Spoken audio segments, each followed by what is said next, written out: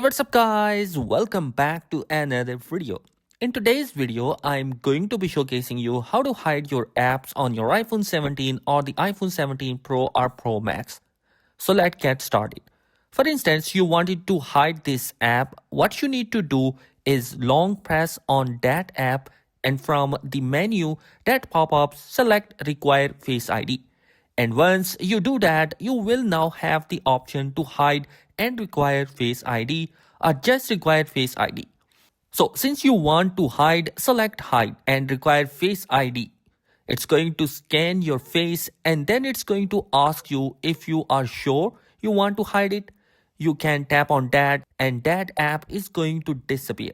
As you can see, it's completely disappeared from my phone. Now it's hidden. Now, anytime you wanted to use a hidden app, you can simply go to the library and then you want to go to the bottom and then you should see a hidden folder. Select it and then you can launch a hidden app from there and use it. So guys, that is the simplest way through which you can hide your app on the iPhone 17 or the 17 Pro. If you have any question or query, comment down below. Thanks for watching. Peace.